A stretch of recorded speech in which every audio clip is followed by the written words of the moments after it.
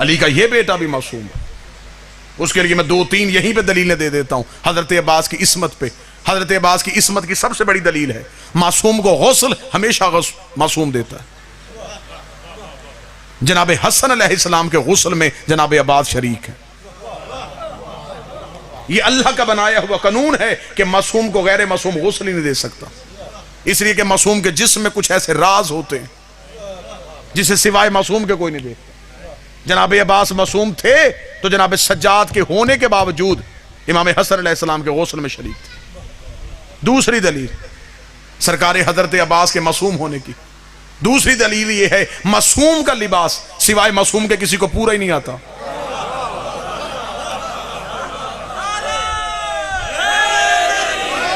معصوم کی قمیض معصوم کا کرتا ہمیشہ معصوم پہنے گا. لباس معصوم کو غیر معصوم جتنی بھی کوشش کرے صاحبان توجہ پوری فرمائیے گا وہ نہیں پہن سکتا. یہی وجہ ہے کہ میرے اہل سنت بھائیوں کی کتاب شواہد التنزیل میں بھی لکھا ہے ارحج المطالب میں بھی لکھا ہے.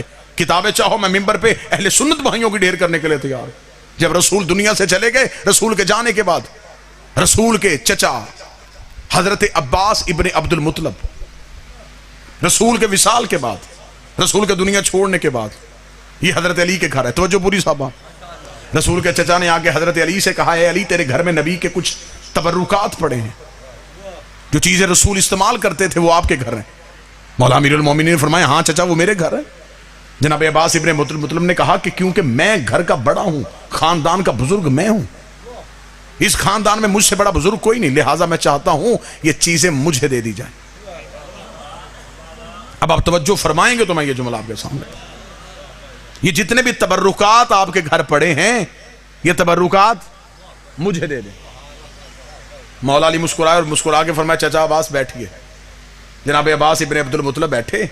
مولا علی کمرے کے اندر گئے تبرکات والا صندوق لائے لا کے رکھا جہاں پہ جناب عباس ابن عبد المطلب بیٹھے تھے.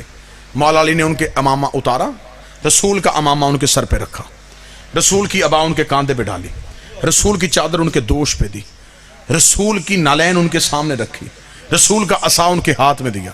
دے کے مولا علی کی آواز ہے چچا عباس اٹھئے. اٹھ کے کھڑے ہوں. کتابیں کہتی ہیں کہ حضرت عباس نے ضعیفی میں جوانی کا زور لگایا لیکن اپنی جگہ سے 1 انچ بھی نہ ہل سکے. دیکھتے علی کیا رکھ دیا تو نے میرے اوپر یہ وزن مجھ سے اٹھایا کیوں نہیں جا رہا. اتنا کہنا سنی کتابوں میں لکھا ہے علی کی آواز حسن بچپن کا حسن باہر آیا. علی نے وہی امامہ حسن کے سر پہ رکھا وہی عبا حسن کو پہنائی. فرمایا حسن ذرا چچا عباس کو چل کے دکھا. حسن نے چلنا شروع کیا. آواز آئی حسین ذرا باہر آ. بچپن کا حسین آیا. علی نے وہی امامہ حسین کے سر پہ رکھا وہی عبا حسین کو پہنائی. حسین نے چلنا شروع کیا. علی نے وہی امامہ اپنے سر پہ رکھا وہی عبا اپنے کاندھے پہ رکھی. جب علی نے چلنا شروع کیا جناب عباس ابن عبد المطلب اپنی جگہ سے اٹھے. علی کی آواز آئی چچا عباس یہ سامان تو لیتے جائیے. فرمایا پریشان میں اس بات پہ نہیں ہوں یہ وزن میں نے نہیں اٹھایا تیرے بیٹوں نے کیسے اٹھا لیا. پریشان تو میں اس بات پہ ہوں جیسے ابا تجھے پوری آئی ویسے ہی تیرے حسن کو پوری آئی ویسے ہی تیرے حسین کو پوری آئی. فرمایا چچا عباس یاد رکھنا یہ نبوت کا بوجھ ہے امامت کے علاوہ کوئی اٹھا ہی نہیں سکتا.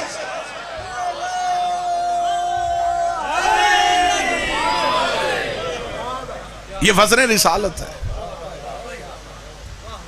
یہی وجہ تھی کہ جب فتح مکہ پہ علی کے قدم رسول کے شانوں پہ آئے. رسول نے فرمایا علی کہاں تک پہنچا. یہاں پہ اکثر منبر سے کہا جاتا ہے کہ مولا علی کی آواز آئی کہ میں چاہوں تو عرش کو بھی ہاتھ لگا دوں. نبی کے کاندھوں پہ بیٹھ کے بھی عرش کو ہاتھ لگے. علی زمین پہ بھی پاؤں رکھے تو عرش تک چلے جاتا ہے. علی کا جو جملہ تاریخ میں لکھا ہے وہ جملہ آپ تو کو پہنچاؤں اور سینوں میں ٹھنڈک محسوس ہو. امیر المومنین کی آواز آئی رسالت مآب کو کہ میں مولا بتاؤں کہ میں کہاں پہنچا. فرمایا ہیں علی بتاؤ کہاں پہنچے. فرمایا پاؤں رسالت پہ ہیں ہاتھ توحید پہ ہے. چلے میں کلمہ مکمل کر دیتا ہوں. فتح مکہ پہ رسول کلمے کی تصویر دکھا رہے تھے.